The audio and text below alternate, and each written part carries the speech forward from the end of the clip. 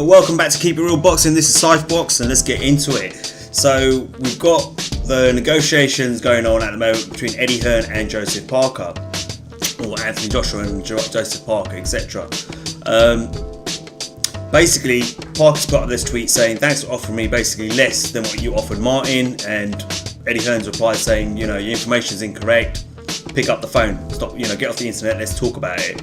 Now, Joseph Parker's manager, Higgins, has turned around and said basically that Eddie Hearn has offered Joseph Parker less than they paid Charles Martin. Now, if you remember, they paid Charles Martin something like $5 million to come to the UK, $5-6 million, whatever it was. It was quite a lot of money.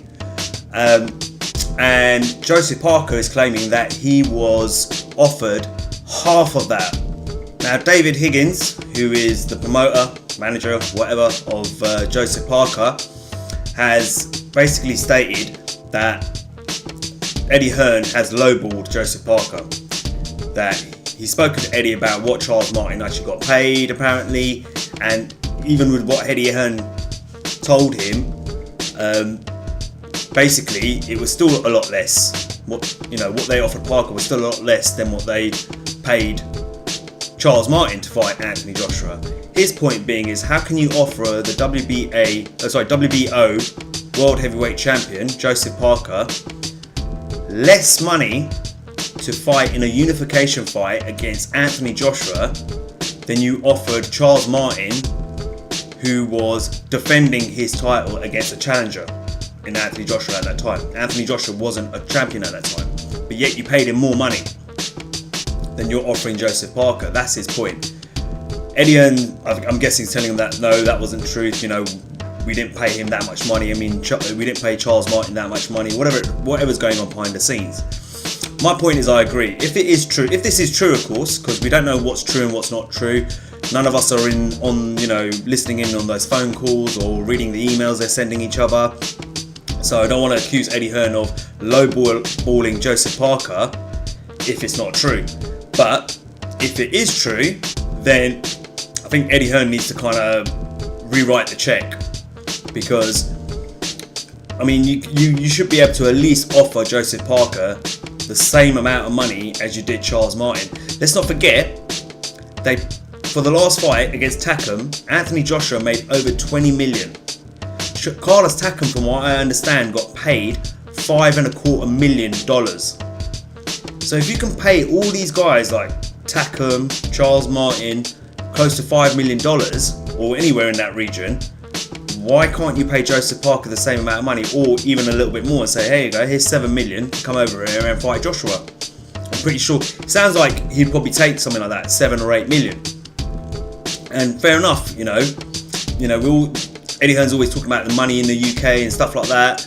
And if that's the case, and you can pay all these heavyweights, that Anthony Joshua has fought, so much money, you should be able to pay Joseph Parker a little bit more than some of those guys, right?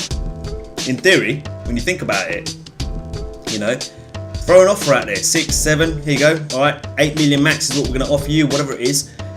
I'm pretty sure Joseph Parker will probably take that. I don't understand if this story is true, what David Higgins is saying, Joseph Parker's promoter, then you know what, it doesn't make sense to me.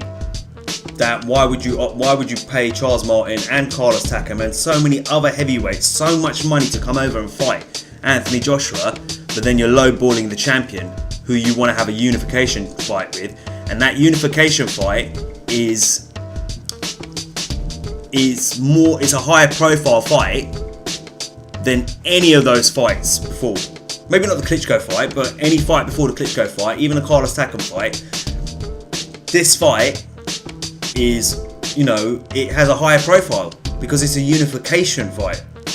And to be honest with you, maybe Eddie Hearn is saying, looking to himself and thinking, well, maybe I'm paying fighters too much money to come over and fight Joshua now. Maybe they're leaking a bit of money and they're thinking, we need to stop this or put a halt to it. All right, fair enough, whatever it is. What I'm going to say in return, if that is the case and they think they're paying fighters too much, they've been doing it for too long now, we need to stop this. If that is the case, it's your own fault. Yeah, because you've started this trend with these fighters, with these opponents of Anthony Joshua's by saying, we could pay you this much, come over and fight my champion, or come and fight my fighter.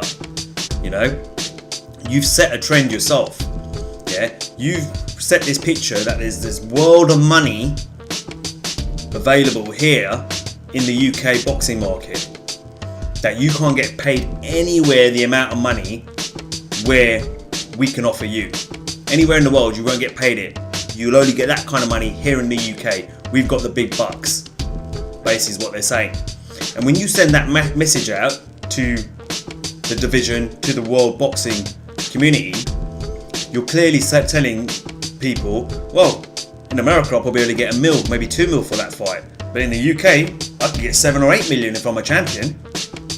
And that's what Joseph Parker's got in his head. You paid so many fighters so much money to fight Anthony Joshua. Like I said, like the examples I've given you, Charles Martin, Carlos Takam, etc. Yeah, that you've now set this trend, which fighters are going to follow. Deontay Wilder's going to be the same. You got all this money, right? Pay me. You want to fight me? Pay me. Luis Ortiz will probably be the same. Shannon, whoever you pick is gonna try and get as much money out of you as possible, because you've set this image of UK boxing that there's loads of money here in the UK, that you can't get paid anywhere else in the world like you can in the UK boxing market. So you kind of done it to yourself. People out there are going to say, oh, Parker's not worth that much, blah blah blah. Well, neither was Charles Martin. Charles Martin wasn't worth $5 million or $6 million, whatever it was. Carlos Takam definitely wasn't worth $5.25 million. Yeah, he was a good fighter. Credit to him. But is he worth $5.25 million? No. But now you've got the WBO World Heavyweight Champion Joseph Parker, and you're not willing to pay him a little bit more, or offer him a little bit more than you did those two names that I just mentioned to you. So, end of the day, it's your own fault. Regardless of what you say, it's Eddie Hearn's own fault, because he's been overpaying fighters for so long, paying opponents for so long to come and fight Joshua, that, every fighter now, every potential opponent from now on is going to think, well, hold on, I can make some serious money if I fight in the UK. And if I fight against Anthony Joshua, because they've got loads of bucks. They pay over the odds for Anthony Joshua's opponents and other fighters. So that's my opinion on it. I mean, personally, like I said, we're not in the room, so we don't know what's going on behind the scenes exactly, and what the conversations are that are actually taking place. But like I said, if this is true, then Eddie Hearn, throw a couple of more million on top of what you paid Charles Martin and Carlos Takam to fight Anthony Joshua, and I'm pretty sure this fight could be made. I don't think Joseph Parker's looking for 20, 30 million or anything stupid or ridiculous like that, but he's probably looking for somewhere around between 6 and 8 million. Throw out a number out there, see what happens.